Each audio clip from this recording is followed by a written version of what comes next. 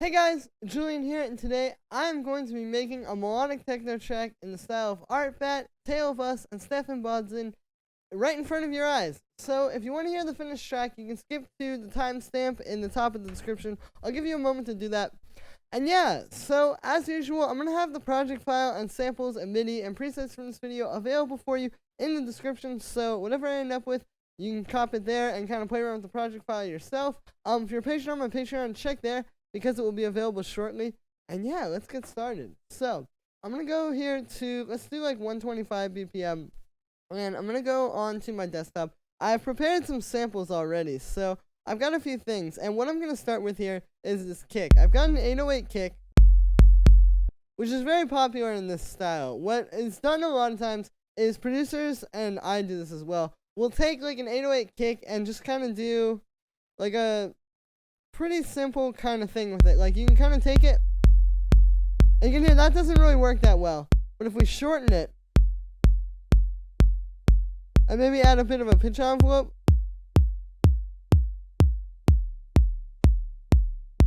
you can hear we can kind of make something a little bit more like updated sounding, or like, yeah, just something that's a little bit stronger for this style. So while I'm doing this, I'm also going to grab a tuner, just so I can see what key this is in. And ideally, I would have it at, like, a note. So let's do, yeah, there we go. It's hitting a D sharp. Alright.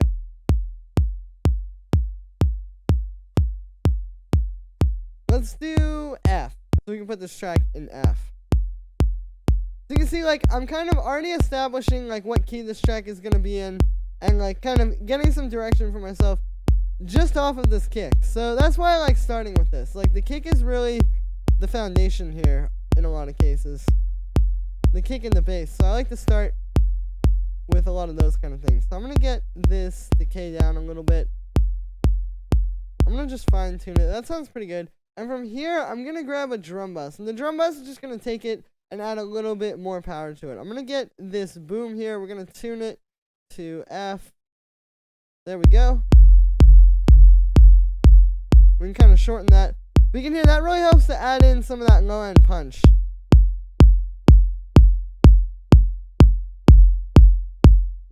Yeah, there we go.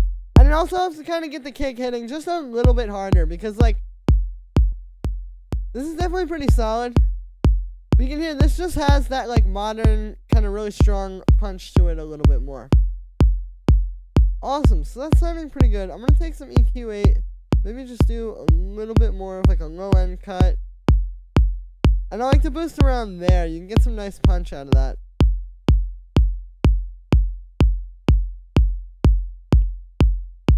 Yeah, that sounds pretty good. Okay, cool. So from here, I think I'm going to add a hi-hat. I'm going to get operator and just synthesize this hi-hat. So let's put in some 16th notes here.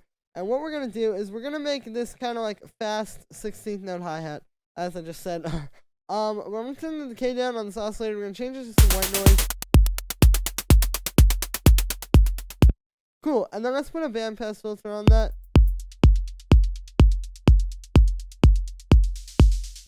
We can kind of dial it in some more from here.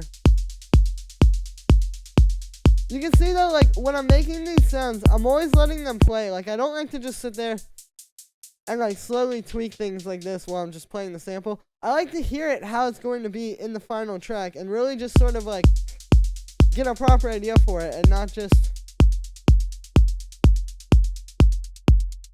yeah, not just, like, make something and then throw it into the track. Alright, that's pretty good for now. I may go back and refine that a little bit more later, but that is, yeah, that's a pretty solid start. Nice. So from there, I'm going to also make another hi-hat, actually, using white noise, and this one is going to be playing on the upbeat. So we'll put in a note here on every upbeat. Alright, that's good. And then what we can do,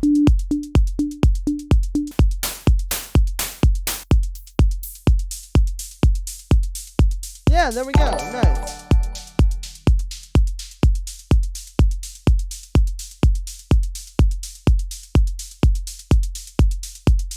Awesome. And the thing with these also is I just like to be careful, because sometimes you can make what sounds like a really good hi-hat, like when you're just listening to the kick and the two hi-hats, And then it won't really have enough like energy or power in the finished track. So I definitely like to like just really make sure that these are hitting the way I want them to. Cool, and I'm going to put a little bit of some delay on this one, on the upbeat hi-hat. I like to use a little bit of ping pong delay on the 16 note setting because you can hear it kind of helps to add a bit more width to it and kind of bring it to life. And if we were really feeling like the absolute madman, you can even play around with this a little bit on the 16th note hi-hat. I think having that 8th note delay sounds pretty good. Alright, well this is sounding pretty good so far. I also like to check my master. I've talked about this a little bit in some of the other like from scratch videos, but you see I like to check the master and make sure it's hitting between -5 and -6, especially when we're like really early in the track like this and just sort of setting everything up. Cool, so the next thing that I think I'm going to do here is I'm going to get a bass. So I'm going to use operator for this. Actually, let's use analog while that's loading. But yeah, I have a pretty solid idea of the bass line I want in mind. Let me just put in some long notes here and then we can kind of, work on the sound.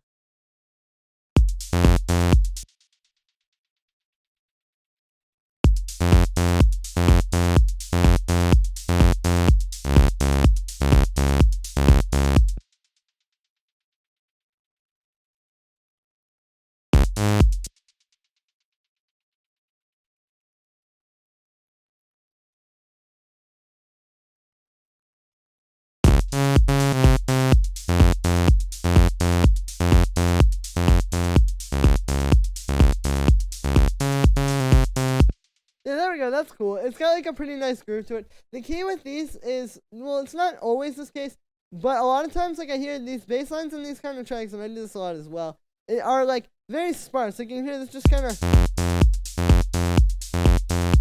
like even though this is a huge saw wave that's taking up a ton of the frequency spectrum and just making kind of a mess in the mix, it's still pretty clean, and that's just because, again, like how it's programmed, it's just so sparse, which can be good.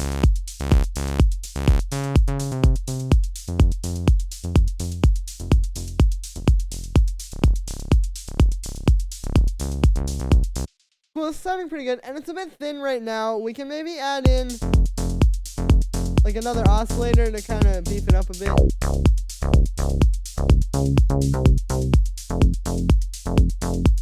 But the sound I'm going for here is just like a really nice kind of like synth. Like I'm not trying to make this super. We just want a really good, like, classic style synth sound.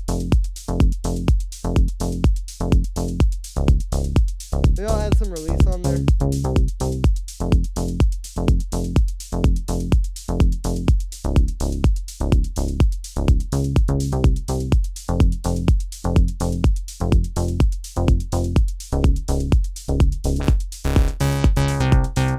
Yeah, that's pretty good.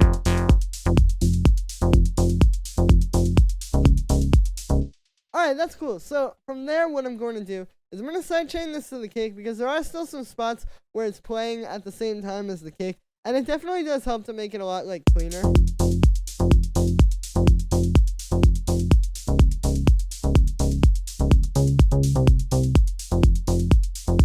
Nice. And then I'm also going to actually add a little bit of reverb to this, and I'm not going to go super crazy.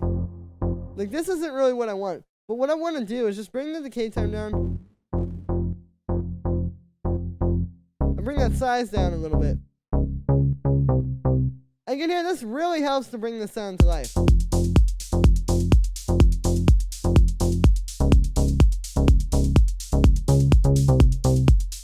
You can hear it's got like a very nice kind of like high quality resonant sound that it just didn't have before. So I'm also going to add a bit of saturation after that. Just kind of beef it up a bit more. This is kind of like, if you remember the difference between when I had the drum bus on this kick, or when I didn't have it, and then when I have it, you can hear it's like such a difference there. Same thing here with like this reverb and the saturator.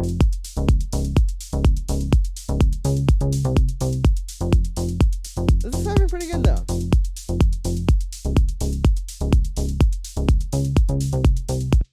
Alright, so from here what I'm going to do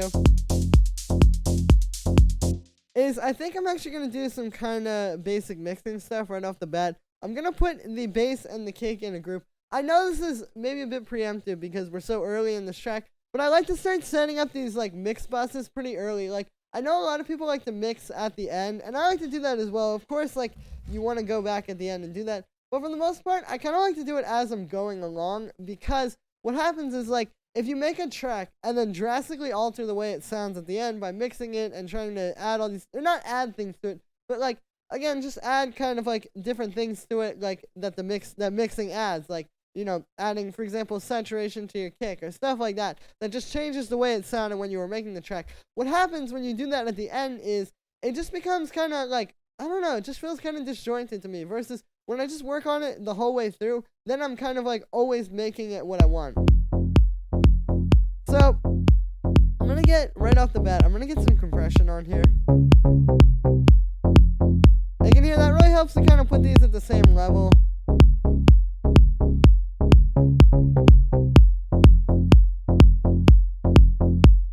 Turn everything down a little bit. But yeah, that's pretty good. And then I think I'll also get a dynamic tube. I'm going to put that before the compressor.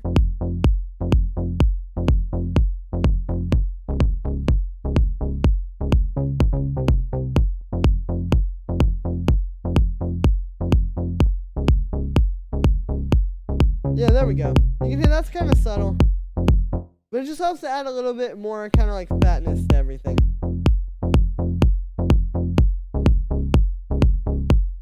Cool, so from here, what I think I'm going to do is I'm going to group these hi-hats together. We'll set up a percussion bus as well. I will put maybe a bit of saturation on that. And an EQ. Kind of boosting the hi-hat a little bit. Cool, so that's pretty good. So from here, what I think I'm going to do is I'm going to add some sort of a lead. And I have an idea, actually. I'm going to get analog for this. And let's just make a pretty simple sound real quick. Let's make it like a pluck. And then let's add an LFO on the cutoff of that, the filter cutoff. Then we'll do like 1/16 D.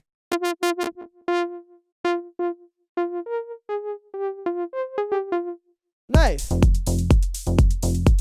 This isn't exactly what I have in mind, but it's definitely good for getting started here. So let's just make a little MIDI clip. I'm going to make 4 bars. This is where I'm probably going to expand it out to 8 bars. But I'm going to write this in first.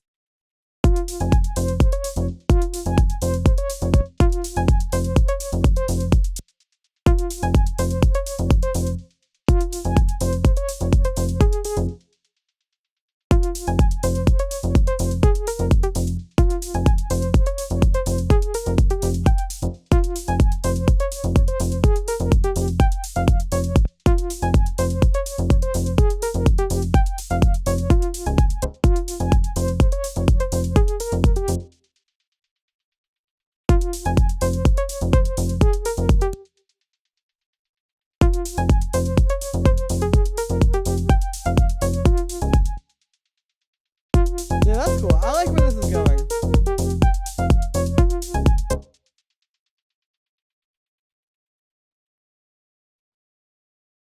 Maybe I'll do like this. Like in the second half, it'll be kind of like a polyrhythm.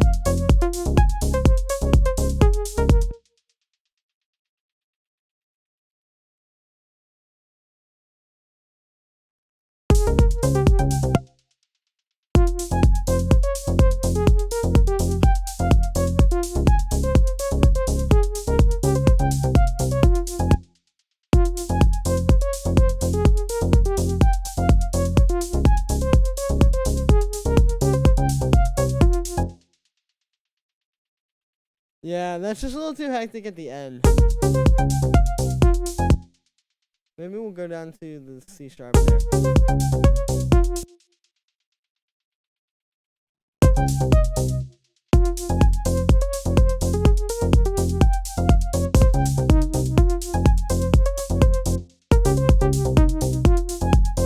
Yeah, that's cool.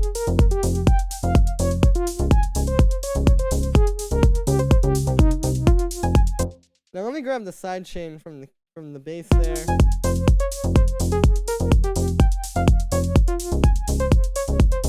But nice, it's sounding pretty good. I'm not really crazy about that last note though. Maybe we'll go there. Yeah, that works. Or we can do. Yeah, that works. Because that'll play off of the C sharp there on the bass line. Alright, pretty cool. So now we got a nice little lead to kind of work with. Like I said, I wanted to just put some notes in. I like to work on the sounds while I'm hearing like what those sounds are actually going to play, as opposed to just like doing it and then programming the MIDI. I mean, of course it depends, but yeah, definitely like in a situation like this where I've already got like kind of the general idea of the track laid out. Cool. So then in the second half here, maybe we'll make some changes. Like I'll add a few little things like that.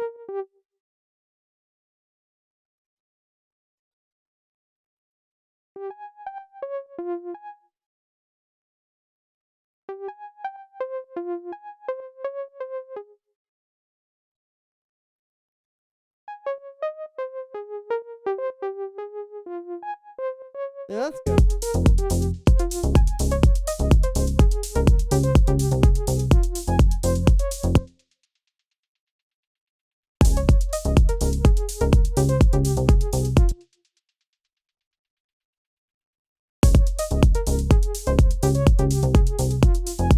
There we go. Okay, there we go. Can't resist the urge to keep tweaking this. Anyway.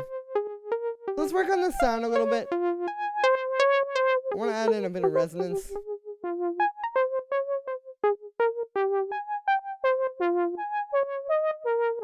And we've got the envelope on there as well. So what's happening here is this is being modulated by both the envelope and the LFO. So we get the LFO doing like that, and then the envelope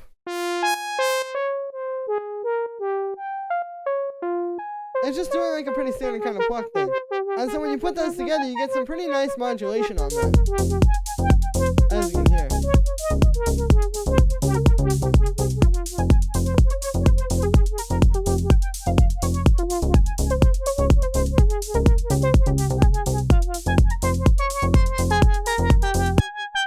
Nice. Okay, it's sounding pretty solid. From here, let's maybe add a bit of chorus. I don't like to go crazy, but a little bit of it can kind of help, as you can hear. And I'm going to also add some echo. And what I'm going to do with the echo is we're going to take it actually off of the sync.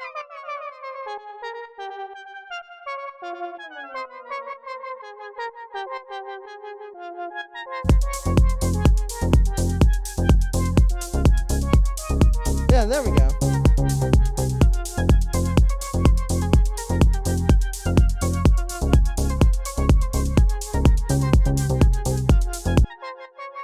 Cool, and then from there, I'm going to add a bit of reverb as well.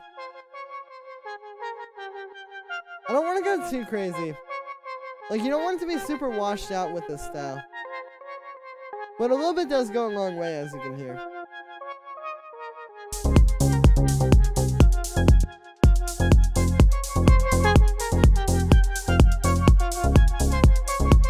Then a little bit of saturation at the chain, at the end of the chain. You can hear it just kind of helps to bring it to life.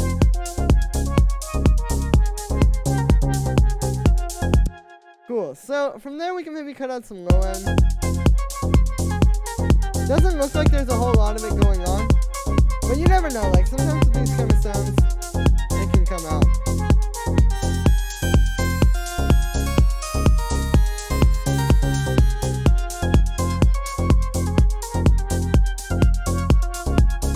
Cool. So I'm also gonna add in a little bit of vibrato here.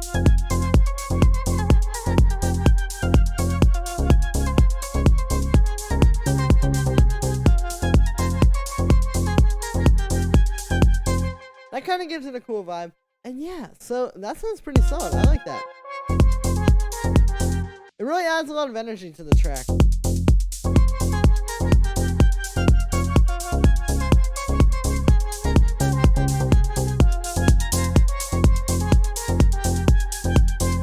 Cool. So so from here, I'm also checking to see if it's at where it's hitting at on the master. As you can see, yeah, there we go. Now we're between -5 and -6 again. But from here, I think I'm actually going to add an ARP. And what I'm going to do with the arpeggio here is I'm going to just follow the bass line, I guess, for starters. We'll see what I really end up doing. I'm going to use the bass line to kind of guide me. But you can hear, this is still a little, like, I think there's still room for something, and I think it still needs something. And the arpeggio, honestly, might be, like, too much. But we'll see. I'm not planning to make it, like, super intense. I'm planning to just kind of have, like, a short, tight one that is in there, and it's not taking up a whole lot of space, you know? Those kind of things. Alright.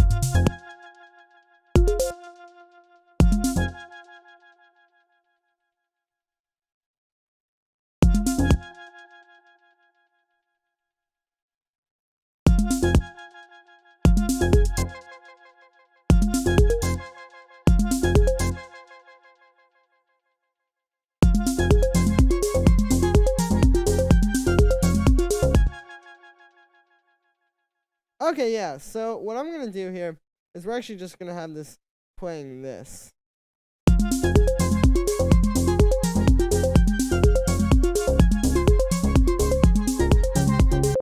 Cool, and then I'm going to try and make this like a little bit more under control before I listen to it in the full track.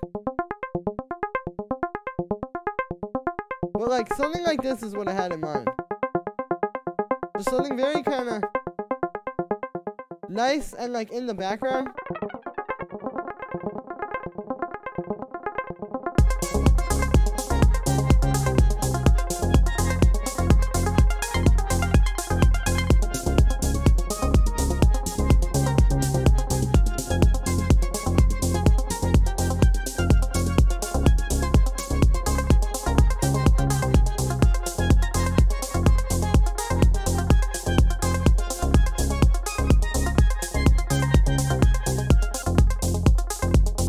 Alright, cool. Here's what we're going to do. I'm going to take this sound.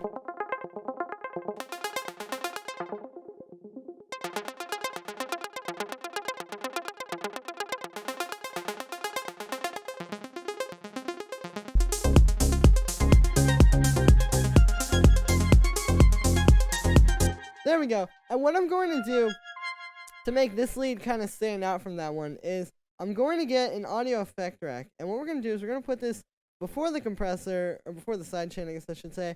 We're going to make 2 chains in here.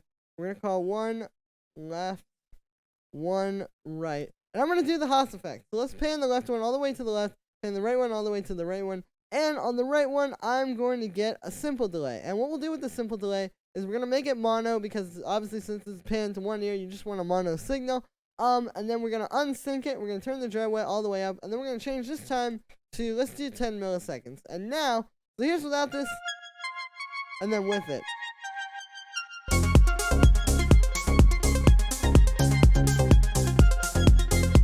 So it's kind of a good way to have something like this, where you have like an ARP and a lead like this, and they don't get in the way of each other.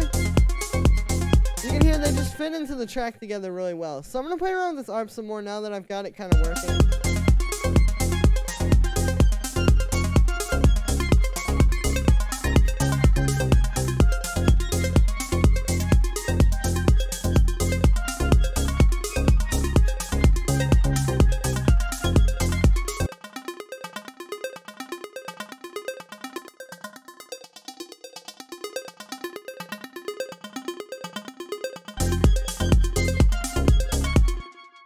It's sounding very, like, percussive. Let me try playing with...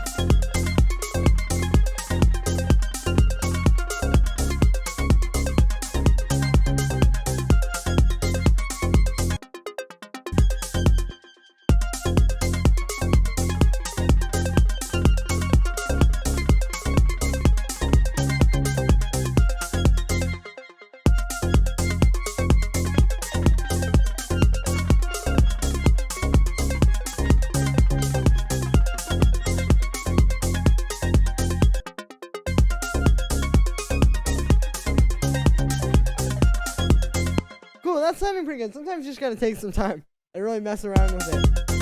So from there, I think I'm just gonna add a bit of reverb to this sound. Again, just like with the bass in the ARP, or in the bass in the lead. Not too crazy, just kind of like to add a bit of space to the sound.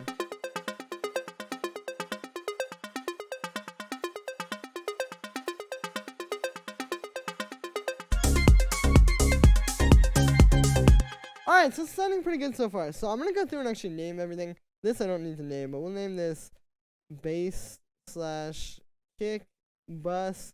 We'll name this bass. I've been trying to do this a lot more lately. You guys who have seen me like on my streams and stuff know that I don't really name my tracks a lot, but it is kind of important. Like, it really does help to like make your project files more organized. And I think also, like, if you take the time to organize them and like name everything and all that, it kind of like solidifies it a bit more in your mind as well, because what happens is, you know, you're really taking your time and like put some effort into like making this clean, so you're not going to want to just delete it and forget. You're going to want to kind of commit and finish it, and that's the goal, really.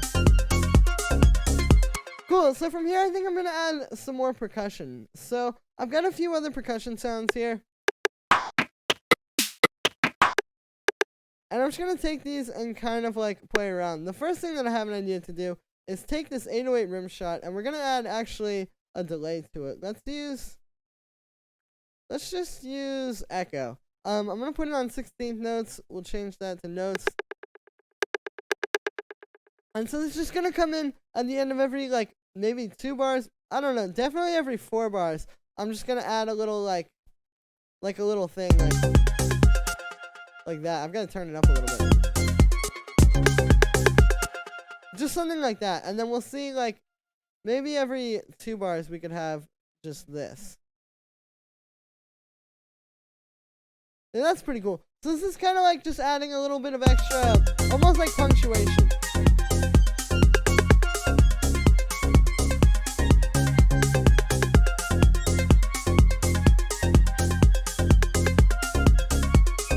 And there we go. And I think what I'm actually going to do with this is I'm going to have it so it does hit every 4 bars, and it'll just be this the first time, and then it'll do that extra 8th note the second time.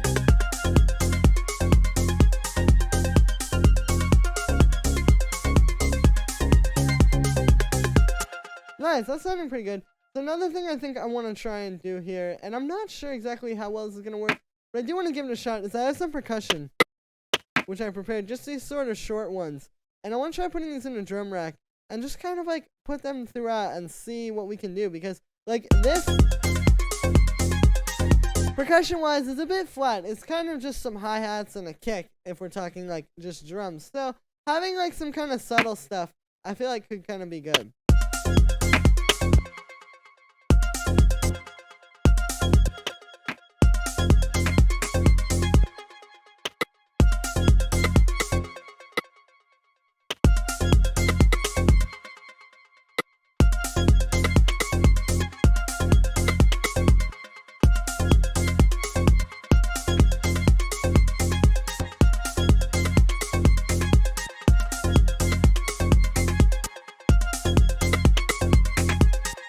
Nice. Okay, so it's pretty subtle, but I think this sounds kind of good. Oh, whoops, that's the wrong one. I meant to turn up this one.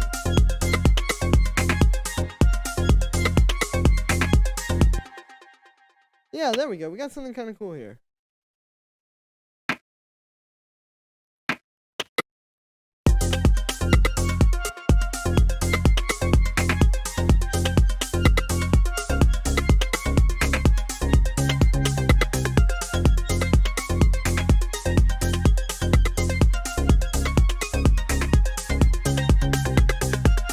And the thing is, like, you don't want to go too crazy with this anyway, because there's a lot going on in this track. But just having something kind of extra like that in the background, I feel like it's a nice way to, kind of add something extra to it. Like, this just has so much more life now. Cool. So I also have a clap here, which I'm gonna try to bring in. You can hear this is one of those kind of like lower ones, like you hear in a lot of like Tale of Us tracks, and Stephan Bodzin uses this a lot as well. But yeah, we're just gonna take this and do like the little.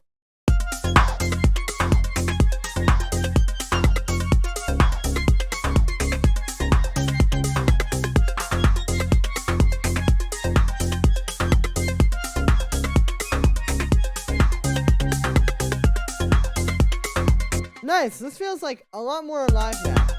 Keep in mind, we started with literally this.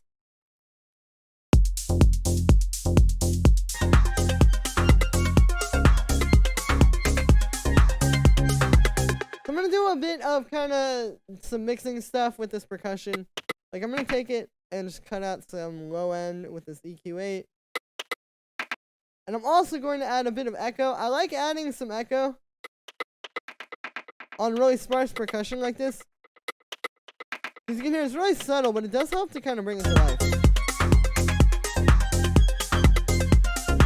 Because you're hearing those echoes kind of trailing throughout the track, and it makes it more like, yeah, again, it just makes it more alive than it would be if you just had it playing.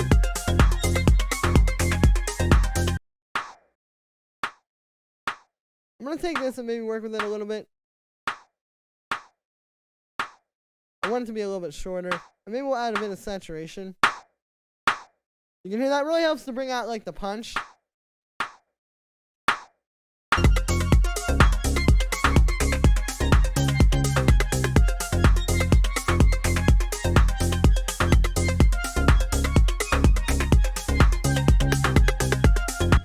Nice. Okay, so from here, what I think I'm going to do is I'm actually going to start doing a bit of arrangement stuff. I still think there will be like a few more elements that we kind of add to this, but this is as far as I usually like to get before I start arranging. And the reason why is just because, I mean, you can kind of end up in 8-bar loop land forever. So what I'm going to do here is I'm going to take this, like we'll say this will be like the drop. So we're going to take that and just move to bar 49. And I'm going to start off kind of slow. We'll just get the kick. And maybe we'll get like the 16th note hi-hat. And let's see about grabbing this percussion. Nice. And then I'll maybe grab the ARP as well.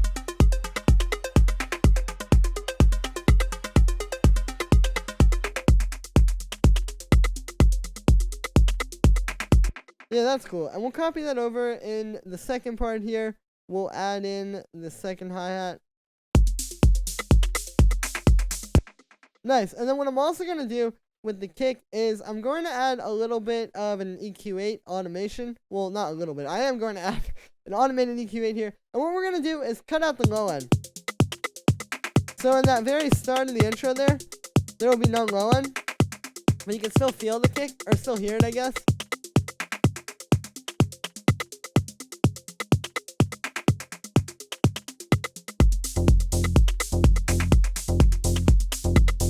Yeah, that's good. And then we'll also put a low pass filter on the bass here,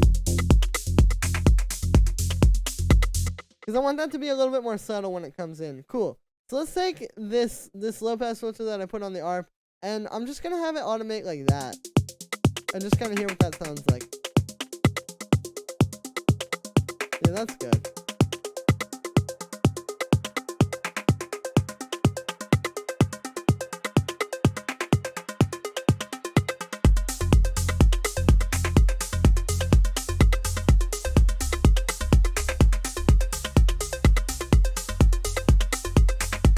Cool. So from here, what I'm going to do is I'm going to copy these things over. And what I'm going to do is I'm going to turn on this automation lock over here. So what this just basically does is it makes it so when you duplicate something or copy and paste it or whatever you do, it doesn't mess up the automation. Like, it's not going to copy over the automation as well. So if I turn it off, you'll see if I copy this, see how that little automation there copied over? If I turn it on and copy it now, there we go. The automation didn't copy over, and it's just fluid. So what I'm going to do here is I think in this first part, we're going to have it just play on that F, just to kind of like build some anticipation so you don't just give it all away right at the start.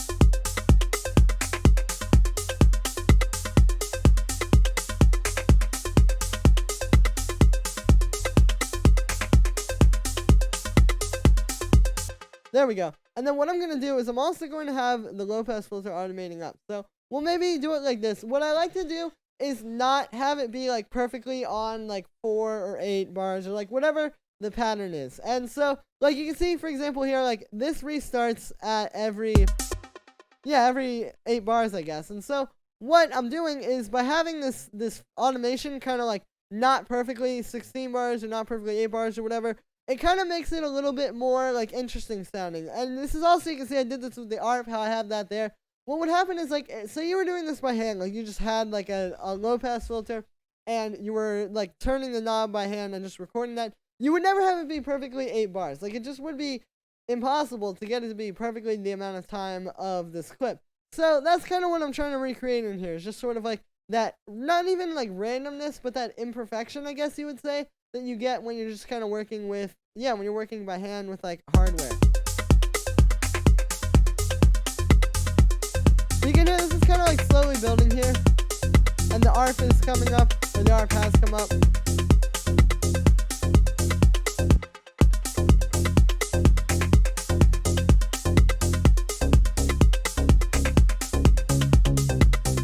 Alright, that's sounding pretty good. So another thing I also want to talk about while I'm on this topic of having things not be perfect is this ARP. I didn't really talk about it too much when I was writing it because I was trying to just get through and keep moving forward.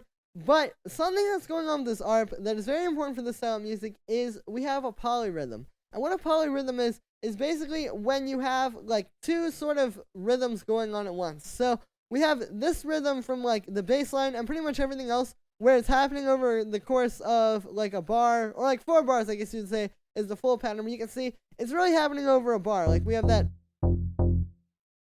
and then it restarts the next time, and it's kind of like the same pattern.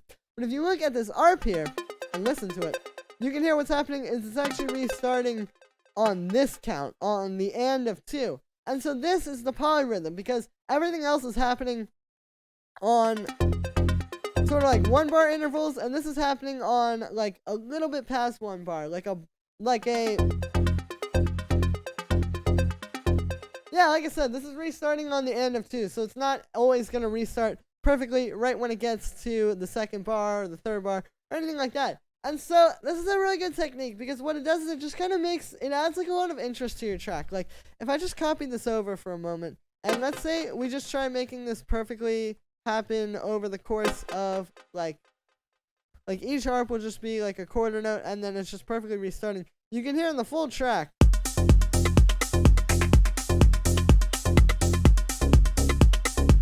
that works, but it's very boring compared to this. And also, this isn't adding any notes. This is literally just going F, G sharp, C, and then F, G sharp, C. Like, it's not crazy. But just by having it kind of on a different pattern from everything else, I feel like kind of makes it sound very interesting. So, from here, what I'm going to do is I think I'm actually going to add another thing. And this is what I was talking about when I was saying, like, adding things in when you start to do the arrangement. I'm going to add a little pad here. So, we're in F minor, so I imagine this pad is going to be playing in F minor. I'm just going to make it this long for now. I'm not exactly sure how I want to program, or not like how I want to program this, but like where I want to have it start. But I'll figure that out once it's in there. So, get an F minor chord here. And we'll maybe double up the 5th of the root note an octave down so we get that nice like depth to it. Cool, and so let's copy the side chain from the lead for this.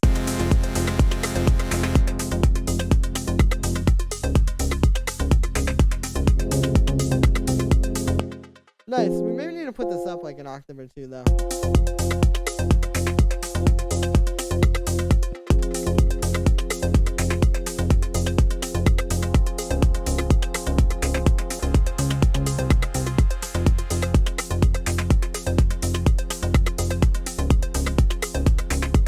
Cool, so let's have that start here. And again, by having it not start perfectly at that first bar there, we're kind of like offsetting it a little bit, and also like it will kind of like help with the listeners not making it sound so like repetitive to the listeners, because they'll kind of never know like when to expect things if you always have things coming in kind of like not perfectly on the thing, just like how I did those automations.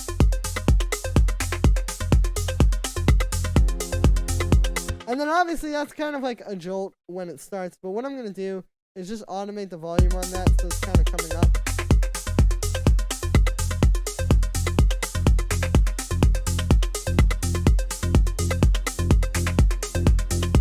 And you can hear now it's kind of coming in more subtly. Let's cut out some low end on there with an EQ8.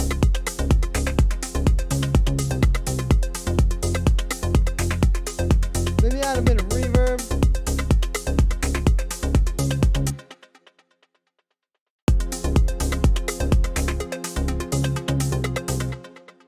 Nice. Okay, so this pad is sounding pretty good.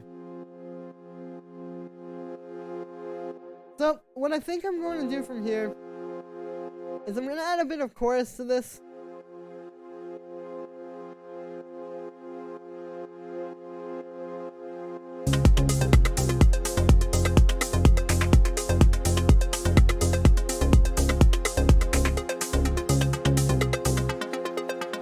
And I've copied the ARP and the pad into this next part here. Cool.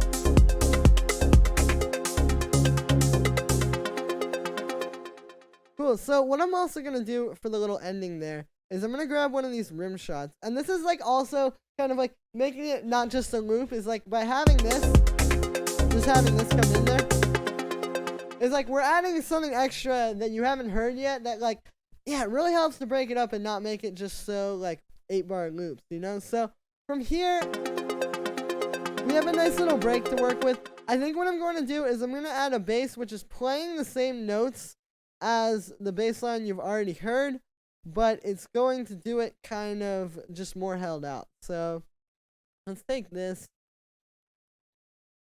and maybe we'll do like that. Cool, and then we can just copy that over. So let's legato this, and then yeah, I want to try, because I think just having no bass here going from this part, it's a bit weird. Like it feels like it's just kind of, yeah, see, just something like this.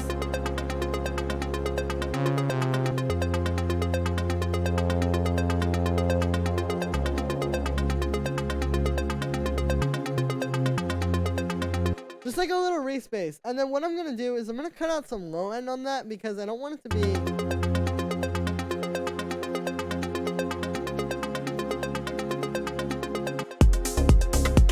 like, you don't want it to be as bassy as the main bass.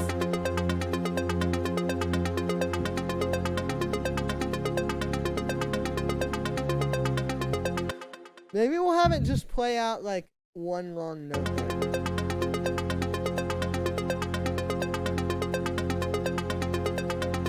Yeah, that's good. Because then we can go into this next part, and that's when it'll start doing like all the extra stuff.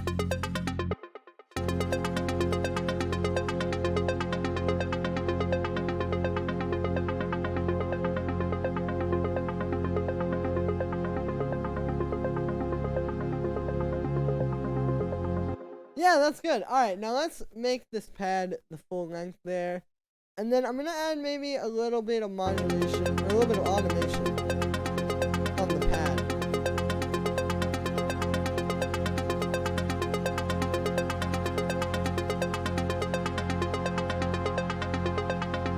Yeah, I like how that's like building there.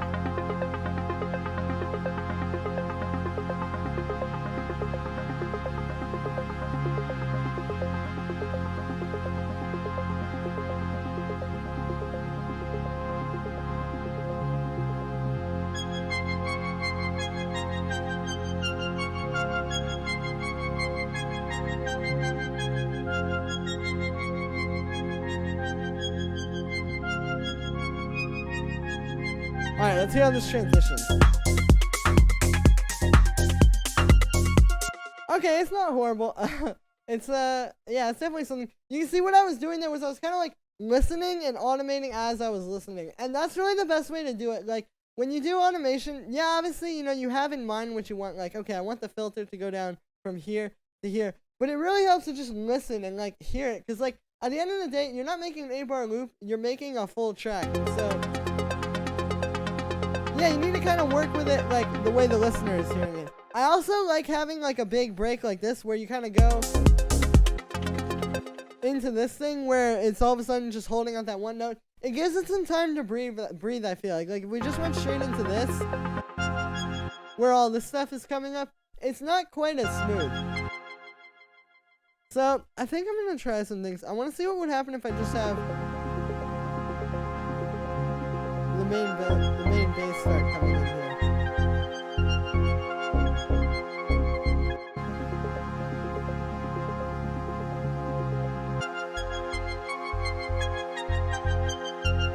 I think that works. And it'll keep building up. And then we'll have the pad go into the drop.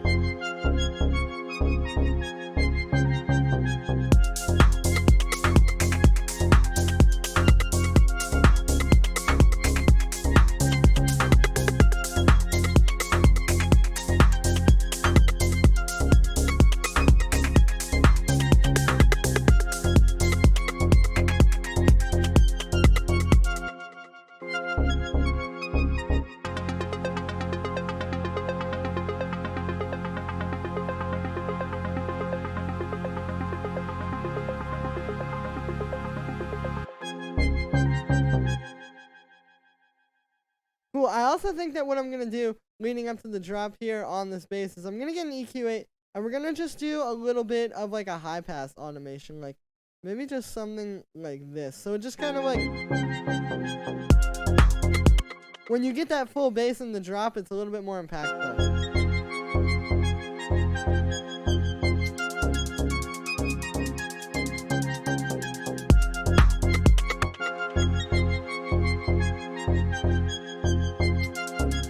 That's cool. Now the other thing that I want to do here, I also copied that hi-hat into this little build. I feel like that helps.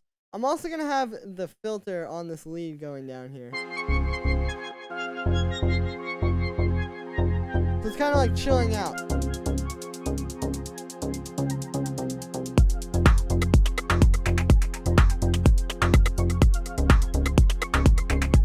And then we can have it kind of start opening up.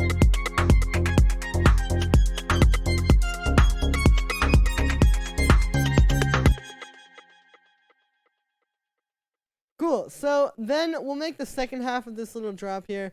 Again, I just like going like kind of just as I hear it in my head. Let's copy that and we'll make the little open hi-hat come in there. I like having like not everything come in right at the drop, like have it kind of like you have the break where it builds up and it's getting really intense and then it gets less intense and then the drop comes in and then as the drop comes in it sort of builds into it. I feel like that's a little bit of like a nicer way to do it than just like making everything super intense right off the bat. Oh, and then we've also got to get the pad over to there.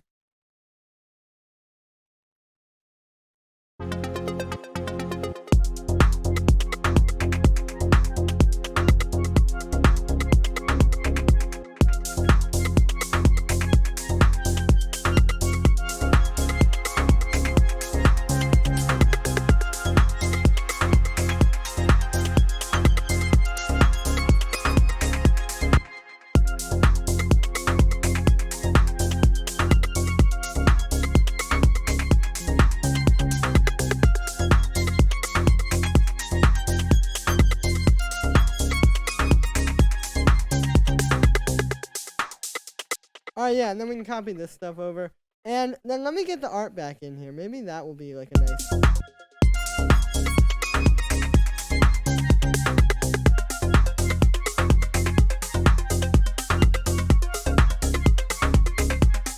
Yeah, that works. And then we can start dialing back the lead here.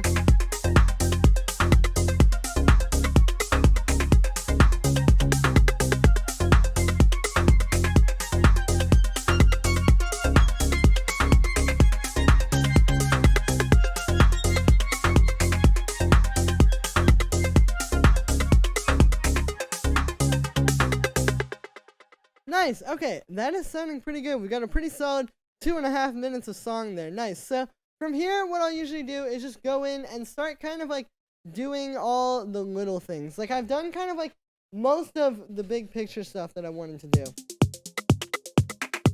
But I want to just go in and hear if there's like anything. Like something, for example, that I'm hearing is I want to do, like when I have the hi-hats there in the little build, I want to try having the kick there, but it'll be filtered up.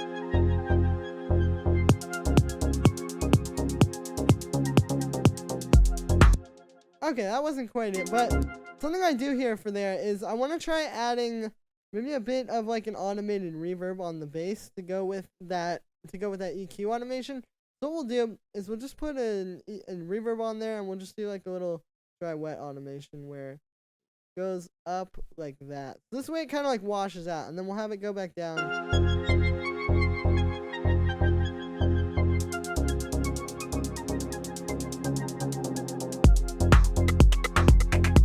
Yeah, there we go.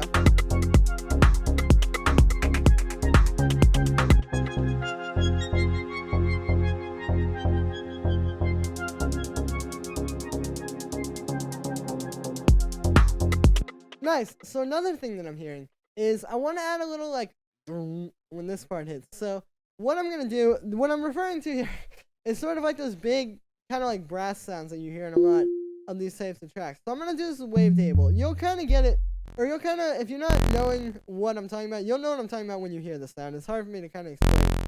But what I'm going to do is I'm going to take wavetable. And the reason why is because wavetable has this really good, huge unison on it. You can just get something crazy like that. I'm going to take that. We got like this big super saw kind of sound. And I'm going to put a low pass filter on it. Let's do 24 dB. And then in the matrix here, I'm going to modulate that. Let's use envelope 2. Cool. And then if we dial that back a bit, you can hear we get this kind of like very sharp sound.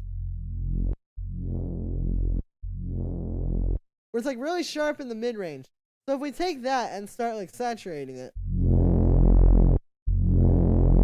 you can hear we get kind of a cool sound. And I actually think that what I'm going to do is I'm going to take the amp envelope and use that. So we're just using the same envelope for both of these.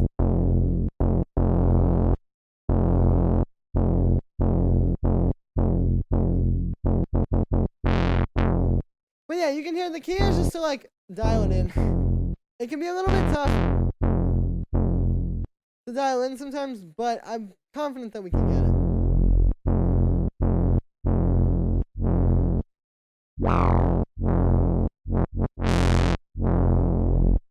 Cool, so from there I'm going to add some OTT,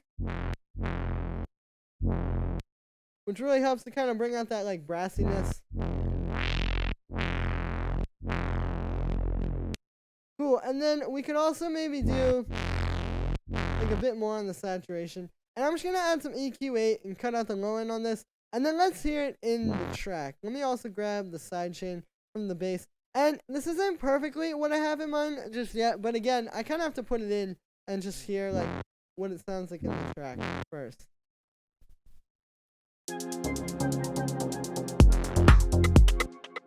Nice, let's make that maybe a little longer.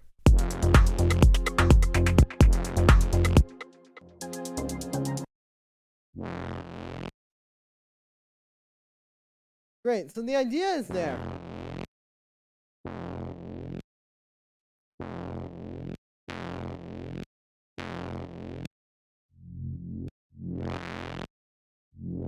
And there we go, and let's dial that back maybe a little bit.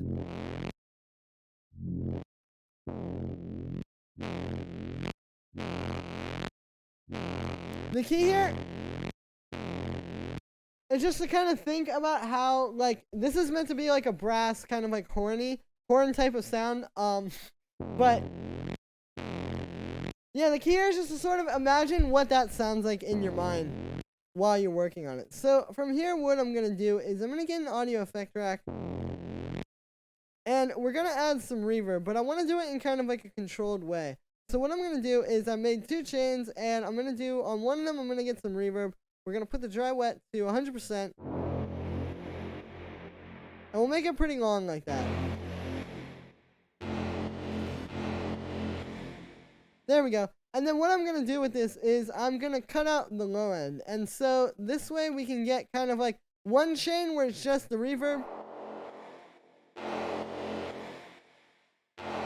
with that like nice kind of high end, and then one chain where it's just the dry sound with the full power to it. But you can hear that really helps.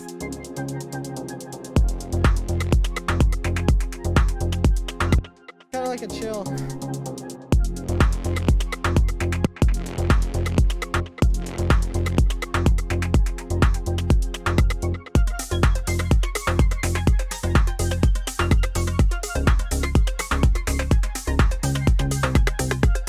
Cool, so this is sounding pretty good. Let me go through and I'm just going to listen to it and try to find anything I think could help. You know what I think we could use actually here? Is I think we can maybe get a little white noise build. And what I'm going to do is a little bit of a different technique with this. So we're going to make an 8-bar long clip. I'm going to put in a long note here. I've got operator. And then we're going to get some white noise. And I'm going to put that through a bandpass filter. And then with the bandpass, what I'm going to do is we're going to do the pretty standard kind of like bandpass white noise build. But what it's going to do is it's going to get to a certain point. And then when I want it to drop, we're going to have it drop from like there. So it's going to kind of go down like from a higher point. And what this is going to do is, I'll show you in a moment, but it's going to make it just a little bit more impactful. Let's also copy one of these side chains. I'll maybe turn the threshold up a little bit. We'll cut out some low end on this as well. And let's hear what this sounds like in the mix.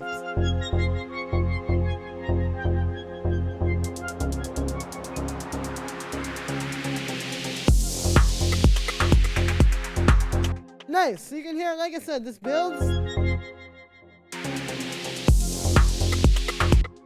And then it kind of like hits a little bit harder. Now, we can kind of make a smaller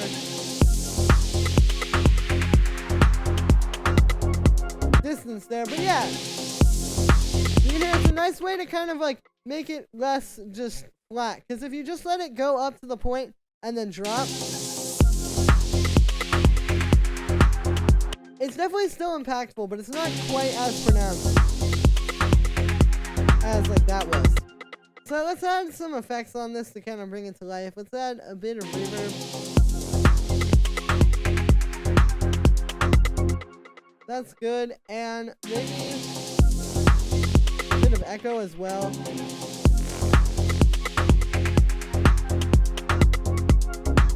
But alright, so this is sounding pretty good so far. From here, I think I'm gonna start working on, or just doing like really the final things for the mix. Like, let's just hear this and see what I'm hearing needs to be done. So for one, I'm gonna bring everything down a little bit.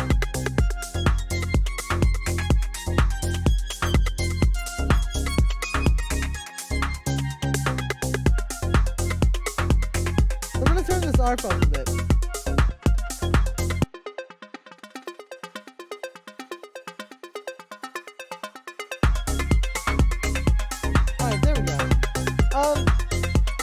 On this clap, I think I'm going to add a little bit of echo. And this isn't necessarily like mixing, like EQing type stuff. But this kind of does make a nice difference. Like, it's just adding something to kind of fill out the mix a little bit more. And make this clap not just like hit and then disappear from the mix. So I'm also going to go through now and just check everything, like just listen to the bass and kick bus.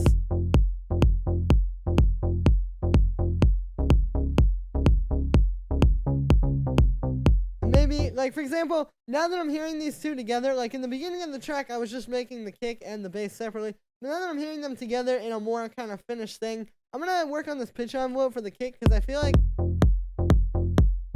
it could be punching through a little bit more like that. And you can see it's still hitting on F.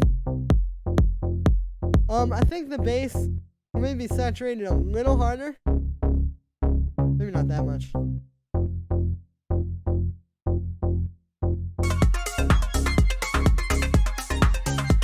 There we go. It's a little bit more kind of powerful. And we can also listen to this group with the percussion group.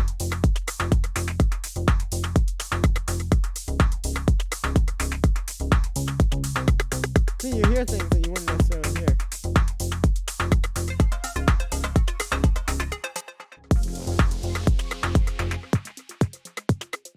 Let's try making this a little bit longer. Like, what if we just make it for a full bar? Yeah, there we go. You know, I'm just going through and doing the final things.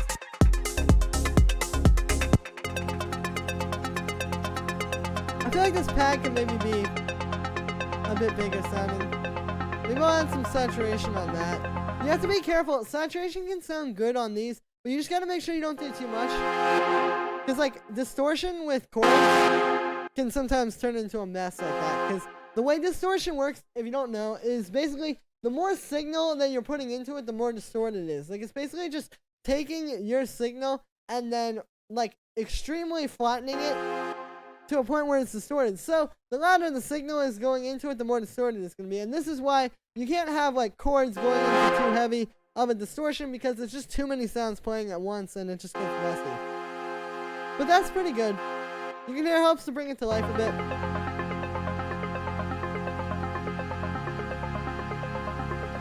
I think I'm going to add a bit of saturation on the ARP as well. I mean, I know I'm using this on everything, but I really like using it. Like, it just really gives everything so much character. And, like, people wonder, and I used to wonder a lot as well, like, when you're a beginner, like, how do you, like, give your sounds that kind of character that you hear in these tracks, and how do you make them really come to life and give them, like, an interesting texture? And this is really it, like, just knowing how to use saturation really well, and, like, coloring effects like that. Yeah, it's just, like, it's too underrated, man. Cool, so, from here, what I think I'm going to do is we've got a pretty solid mix, pretty solid arrangement, pretty solid track overall. What I'm going to do is I'm now going to go to the loudest part of the track, which I believe is this bar, because it's got, like, or maybe it's, like, around here when the pad's a little bit louder. And I'm going to do some mastering. So it's just kind of like some final stuff at the end of the process to tie it all together. So what I'm going to do here is I'm going to first grab an EQ, and with the EQ8, what I'm going to do is make a little bit of a high-end boost and a little bit of a low-end boost. So from there, I'm going to also do a bit of a cut. Let's do it around, like, 250. That's pretty close. I like to usually cut between, like, 200 and 300 hertz, and I'll use, like, a really tight cue. And this just kind of gets rid of boxiness. I actually got a question about this on my stream yesterday. And yeah, the boxiness that I'm referring to is, like, this frequency range. Like, you know, that's just kind of, like, boxy. Like, it's just kind of nasty stuff that you don't really want. So we're just getting rid of that. And by cutting that out of the whole mix, although that might seem like a very drastic thing to do, it makes a big difference in, like, the overall clarity of the mix. Like, the thing is that the clarity, like, when people refer to clarity in their mixes, they're really talking about, for one, like, that really crisp high end, and then for two, not having these kind of boxy frequencies in there. And so that's what we're doing here. We're turning up the high end and cutting out the boxy frequencies, and it's going to make the mix, it's just going to open it up a lot more. And then also boosting the low just kind of helps to make it kind of thump a bit harder. And really bring out that bass. So here's without the EQ. And then with it. You can hear it also really helps, like, if nothing else, to just kind of bring everything into, like, the same sort of world sonically. I talk about this a lot, but it's the same idea behind, like, putting, for example, saturation, or this dynamic tube, on your bass and kick bus, or like how I saturated, like, the percussion bus. It's like, when you put one effect, oh, let's also cut out some low on that, but when you put one effect on, like, everything in a group, it really helps to just kind of tie it all together sonically. Like, it helps to kind of make everything sound like it's in the same world. And this is a problem I get, or a question that I get a lot from people, is like, how do I make everything sound like it's in the same world, quote unquote? This is a really great way to do it. Adding stuff on your master, or, like, when you get to the mastering stage, at least. You know, adding stuff like this is a good way to really tie it all together. I mean, think about how this sounds, and then how this sounds.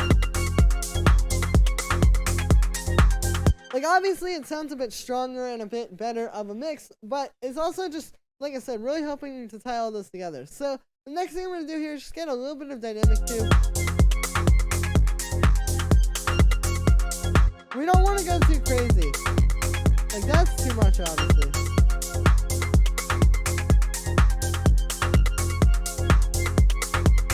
But if we turn it up a bit, you can hear It's a really good way to add power to the mix without actually like adding too much of a volume boost. Like a lot of times, like if I just get a saturator and put it on here, which not that this is bad. I do like using saturation for my masters. You can hear that really brings up the volume, but this is really like beefing it up. Like here's without it, and then with it, it's really adding some nice kind of like power to the mix without adding too much of a volume boost.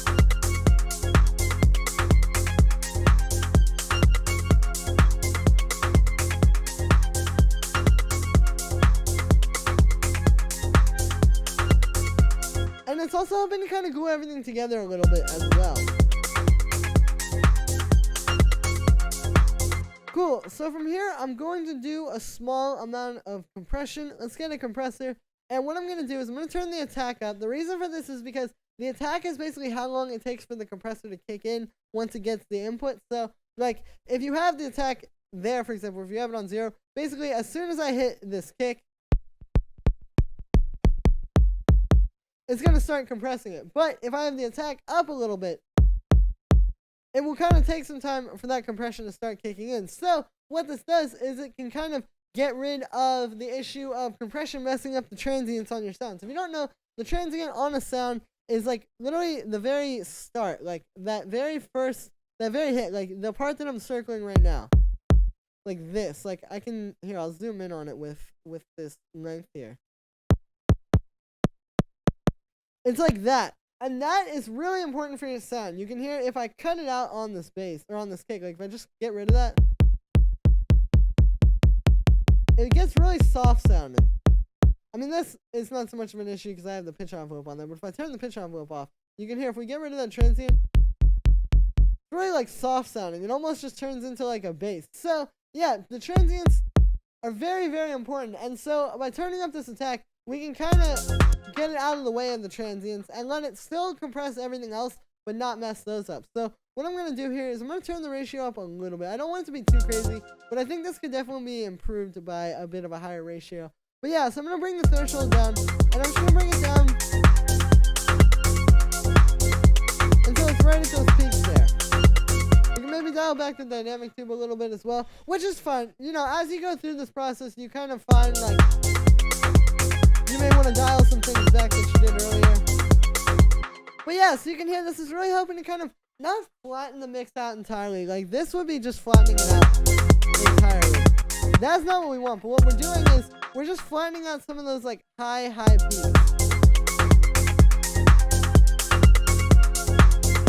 And it helps to kind of like bring everything to the same volume level. I did a similar thing on the bass and kick bus, and it's like listen to it without it. And then with it. So you can hear it's not doing a whole lot. It's just bringing that extra little bit of like fatness to the mix, because what it's doing is it's taking the loudest things and bringing them down a little bit, but it's also taking the quietest things and really bringing them up, and that's mostly what it's doing. And yeah, it just really helps to kind of like put everything again in the same world sonically. So then the last thing that I'm going to do here is I'm going to get a limiter. And with the limiter, we're going to bring the volume up. Because you can see, it's not quite hitting at 0 dB. We want this to be hitting at 0 dB. But what we're going to do with the limiter is we're going to turn the gain up. Let's turn it up plus 2 dB, 2.5 dB. Because it was kind of like in between -1 and -3. But what we're going to do is we're going to do a standard volume boost with this limiter. This will be the exact same thing as just taking a utility and putting it up 2 dB. But with the limiter, you're just ensuring that it's not going to go over 0 dB. There will be some things that are going to clip. Like if you do this, like you'll see if I put this utility on and just put it up plus 2 dB, there's going to be some points. Yeah, there we go. Where it's clipping like really slightly. It's not that much. But what the limiter is going to do is it's going to do that same volume boost, but it's not going to let it clip. It's going to, if there's just something very slightly above 0 dB there, it'll flatten it and make sure then it stays under. And again, this isn't like way over limiting it. Like if I turn this up, then it's just like, you know, no good. But this is just adding a little bit to bring the volume up to 0 dB, so it's hitting the same volume level that you would want for like a standard master.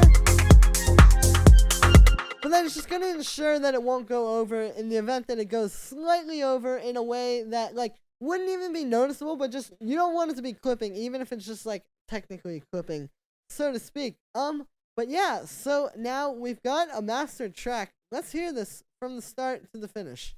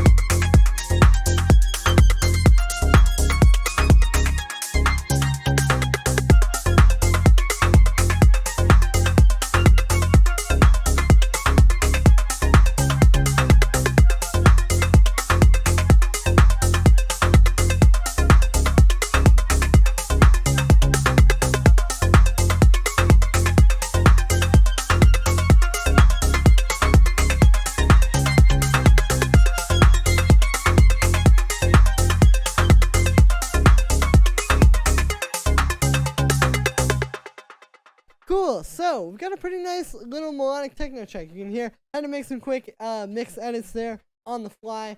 But yeah, so I guess that is going to be it for this one, guys. I made a melodic techno track from scratch, and hopefully I showed you guys a lot of stuff that you were wondering about or that you wanted to see about, like, not just making an 8-bar loop, but taking it and really turning it into a full track, because that is very important. And because of the format of my channel, I know a lot of times I'm just showing you how to make 8-bar loops, but like this is very important as well. Like these techniques that I showed you with like arranging it and kind of like just bringing the whole track to life, you can really take you beyond like the things that you're even just thinking about when you're making an 8-bar loop. Like I said, like there's just so many things that you learn when you try to make a full track like this that are really, really valuable, that are of course important for making full tracks, because like keep in mind, you're never gonna make an 8-bar loop if you're trying to make like dance music. You can't just make like an 8-bar loop. Like that just isn't how it works. Like a dance music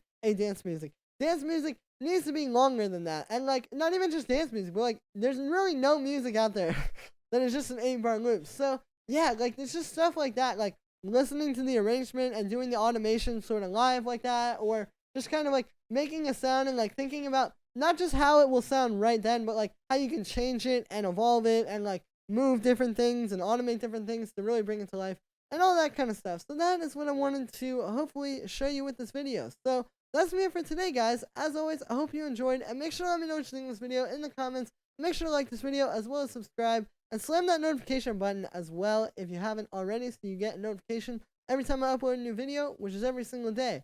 As usual, you get the project file and the samples and the MIDI and presets and everything I created in this video in the description, so make sure to check for that. If you're a patron on my Patreon, check there because it will be available shortly.